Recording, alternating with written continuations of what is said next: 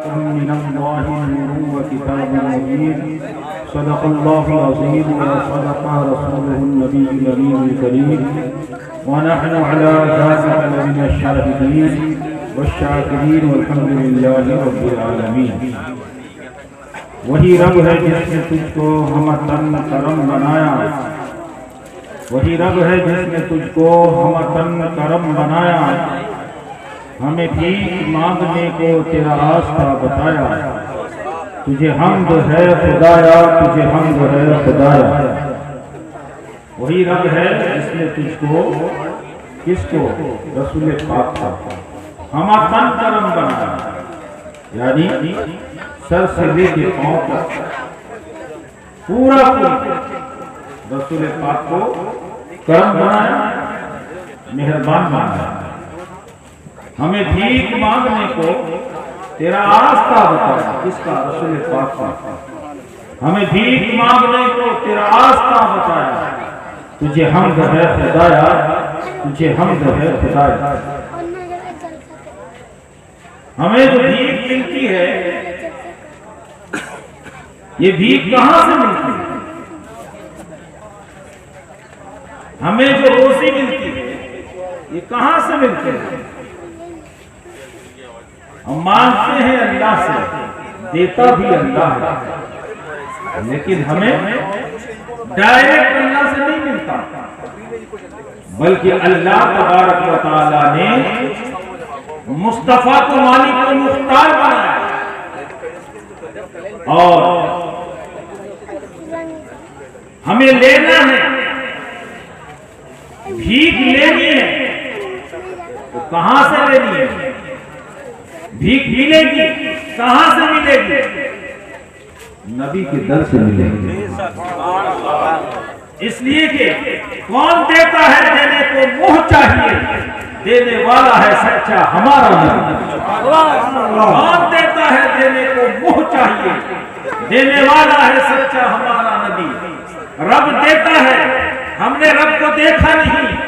अगर देखा है किसी ने माथे की आंखों से, तो मेरे नबी की बात, मेरे नबी ने खुदा को देखा है। अब अगर आपको लेना है, हमको लेना है, तो कहां से मिलेगा? मुस्तफा से मिलेगा। इसलिए कि रब पैदा करने वाला है, रब खालिक की कायनात है, सारी चीजों का पैदा करने वाला अल्लाह है, मगर उसी अल्लाह ने सारी कायनात का मालिक मुस्तफा को बना दिया।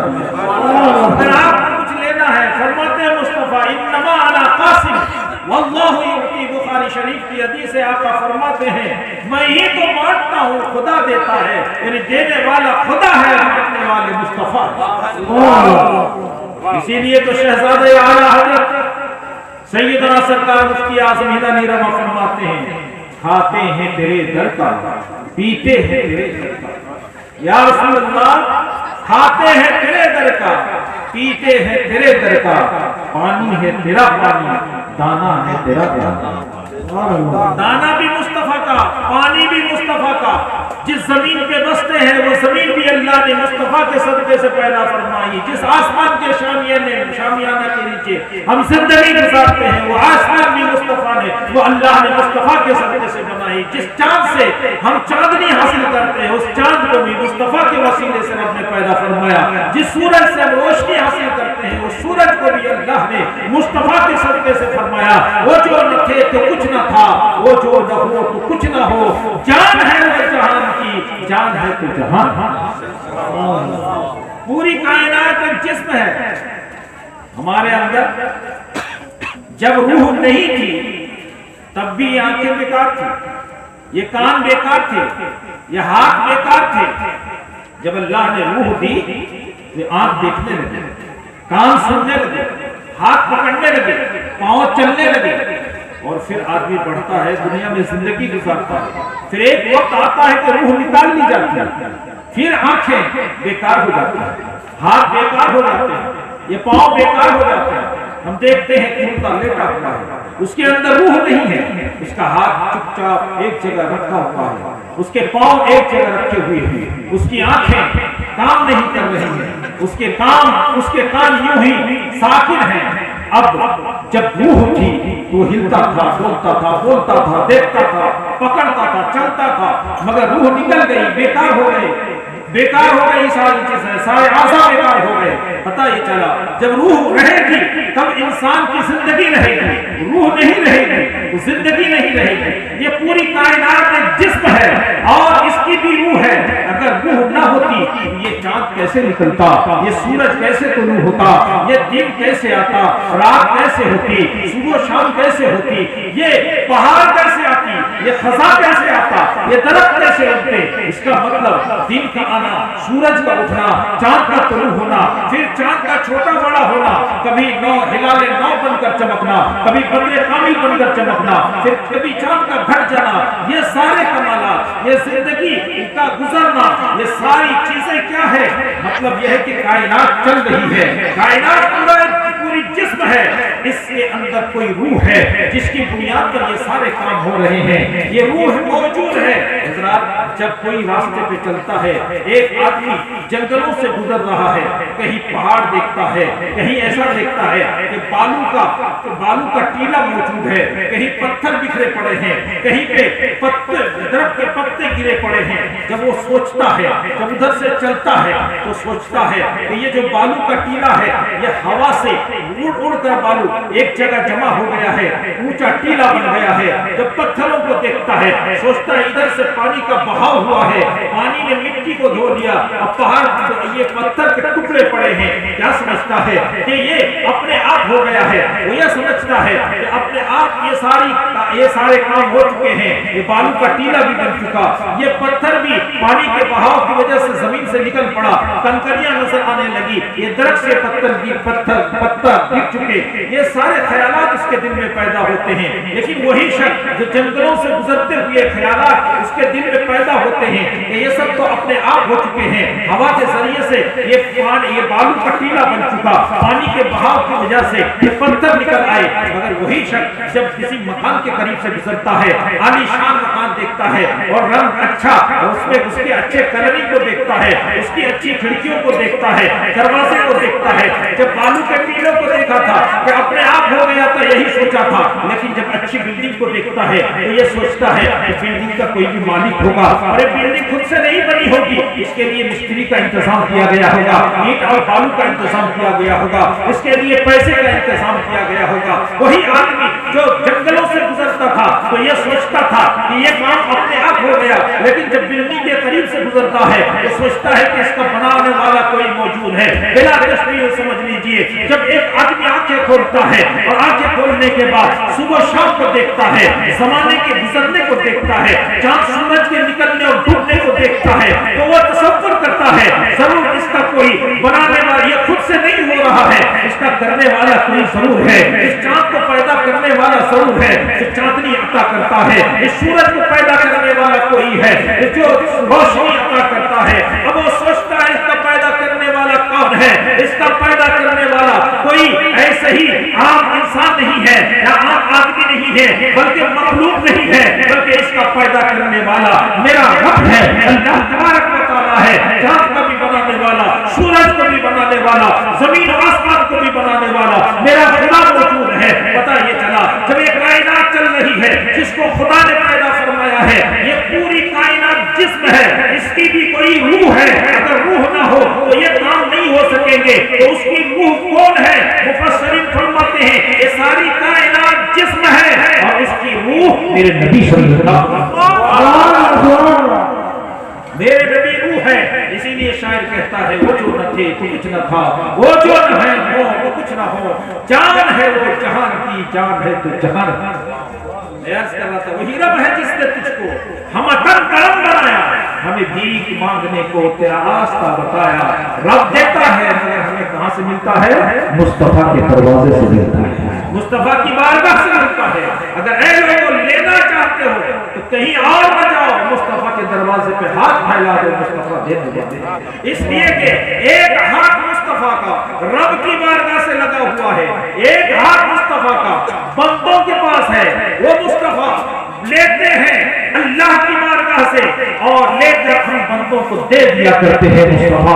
अगर लोगों लेना हो तो उसी दर से राब्ता रखो, उसी दर से मोहब्बत रखो, उसी दर से लगाव रखो, तो याद रखो वो देता खुदा है मगर तुम्हें मुस्तफा के जरिए से मिलता है। वही रब है जिसने तुझको हम बनाया, हमें दीन मांगने को तेरा आस्था बताया, तुझे हमद है खुदाया, तुझे हमद है खुदाया। यही बोल सिदरा वाले चमने जहां के खाले, सभी मैंने छान डाले, तेरे पाए का लगाया, तुझे यक ने यक बनाया, तुझे हमद है खुदाया। यही बोले सिदरा वाले। कौन है सिदरा वाले? हजरत जिब्रील अमीन जो फरिश्तों के सरदार हैं। ये नबी करीम सल्लल्लाहु अलैहि वसल्लम की बारगाह में आते हैं और अर्ज करते हैं, या रसूल अल्लाह, मैंने जमीन के चप्पे चप्पे को छान डाला। फरमाते क़ल्लब्तुल मशारिक़ा क़ल्लब्तुल अर्दा मशारिक़हा व मग़ारिबहा फलम अजिद अफ़ज़ल मिन मुहम्मदिन।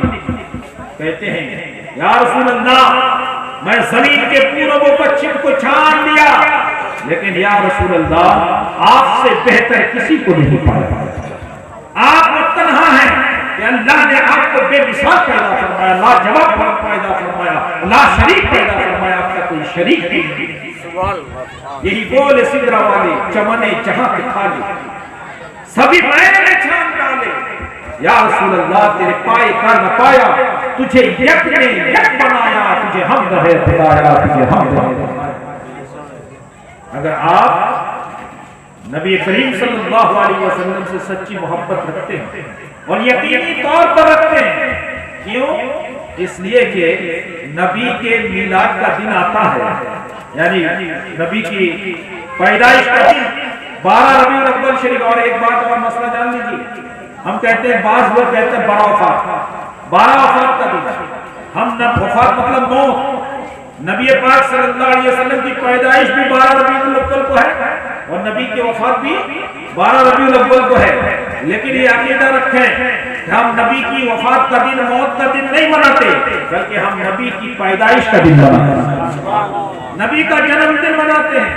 नबी का हम नबी की वफ़ात का दिन नहीं मनाते, नबी की पैदाइश का दिन मनाते। इसलिए 12 वफ़ात का दिन न कहिएगा, बल्कि कहना है तो कहना है ईद मिलादुन नबी का दिन, यौम विलादत रसूल का दिन। तो नबी करीम सल्लल्लाहु अलैहि वसल्लम की विलादत का दिन आता है।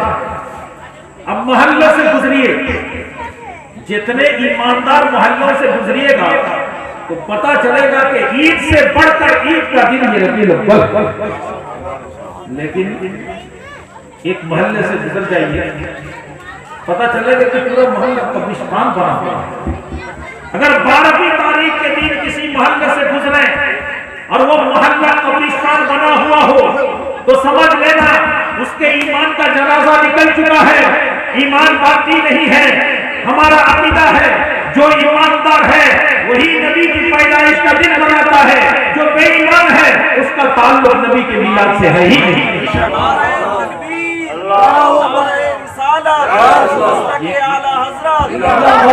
सरकार मुजाहिदे मिल्लत तकबीर है जन्मदिन मनाए नबी का। नबी तो हमारी तरह है, कहते हैं नबी हमारी तरह है, वो भी इंसान हम भी इंसान।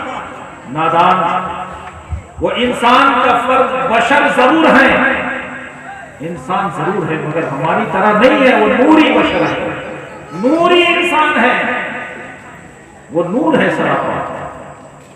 तो बोले है तो इंसान ना नूरी सही है तो इंसान, तो हकीकत बोलने से क्या दिक्कत है? नबी को अगर बशर कह दिया, इंसान कह दिया, हमारी तरह कह दिया, क्या फर्क पड़ता है? फर्क नहीं पड़ता। अच्छा एक मिसाल से समझाओ, फर्क पड़ता है कि नहीं पड़ता है? बाप कौन होता है?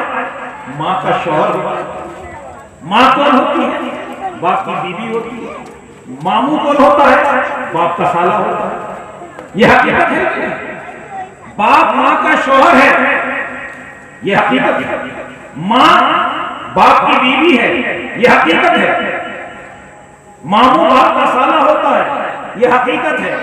लेकिन हमारे समाज का कोई बच्चा और यह हकीकत बोले और बाप को बाप ना बोले और कहे कि अम्मा का शौहर, तो आप क्या कहोगे? उससे बेअदब होगी ना कहोगे? अगर कोई माँ को माँ न कहे और कहे बाप की बीवी, आप उसे क्या कहोगे? बेअदब न कहोगे। अगर कोई बच्चा अपने मामू को मामू न कहे, बाप का साला कहे, तो बोलो क्या आप उसे बेअदब न कहोगे? मेरा प्रश्न यूं समझे, हर हकीकत बोली नहीं जाती।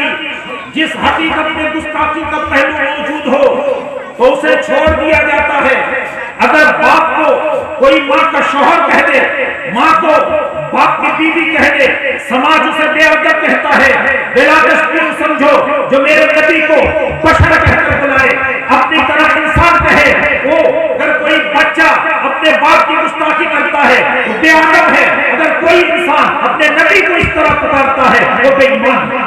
बच्चा बेअदब है, और जो कोई शख्स नबी को अगर इस तरह पुकारता है, हमारी तरह बशर कहता है, वो बेईमान है, उसका ईमान नहीं। क्या समझ में आया? नबी बशर तो है, नूर भी है और बशर भी है। और कैसा नूर? इससे पहले भी शायद मैंने गुज़श्ता साल रबीउल अव्वल शरीफ के मौके से ये तकरीर की। मेरा नबी नूर है और मेरा नबी आसमानों और जमीन का नूर है। हमको लेना है, देता खुदा है, हमें मांगना है, लेकिन हम लेंगे कैसे? अल्लाह तो नूर है और हम खाकी बशर, मिट्टी से बने हुए इंसान, मिट्टी का पुतला, हम रब से लेंगे कैसे? वो अल्लाह ने एक वसीला बनाया, नूर भी बनाया, बशर भी बनाया, ताकि जब मुस्तफा ले नूर बनकर खुदा से ले, और जब मुस्तफा दे तो बशर बन के हम गुलामों को अता करें। हिकमत है इसमें। मेरे नबी को अल्लाह तबारक व तआला ने नूर भी बनाया, बशर भी बनाया, और सिर्फ यही नहीं बल्कि मेरे नबी के नूर से ही अल्लाह ने सिर्फ अपने नूर से अपने हबीब के नूर को पैदा फरमाया, और अपने हबीब के नूर से सारी कायनात को पैदा फरमाया।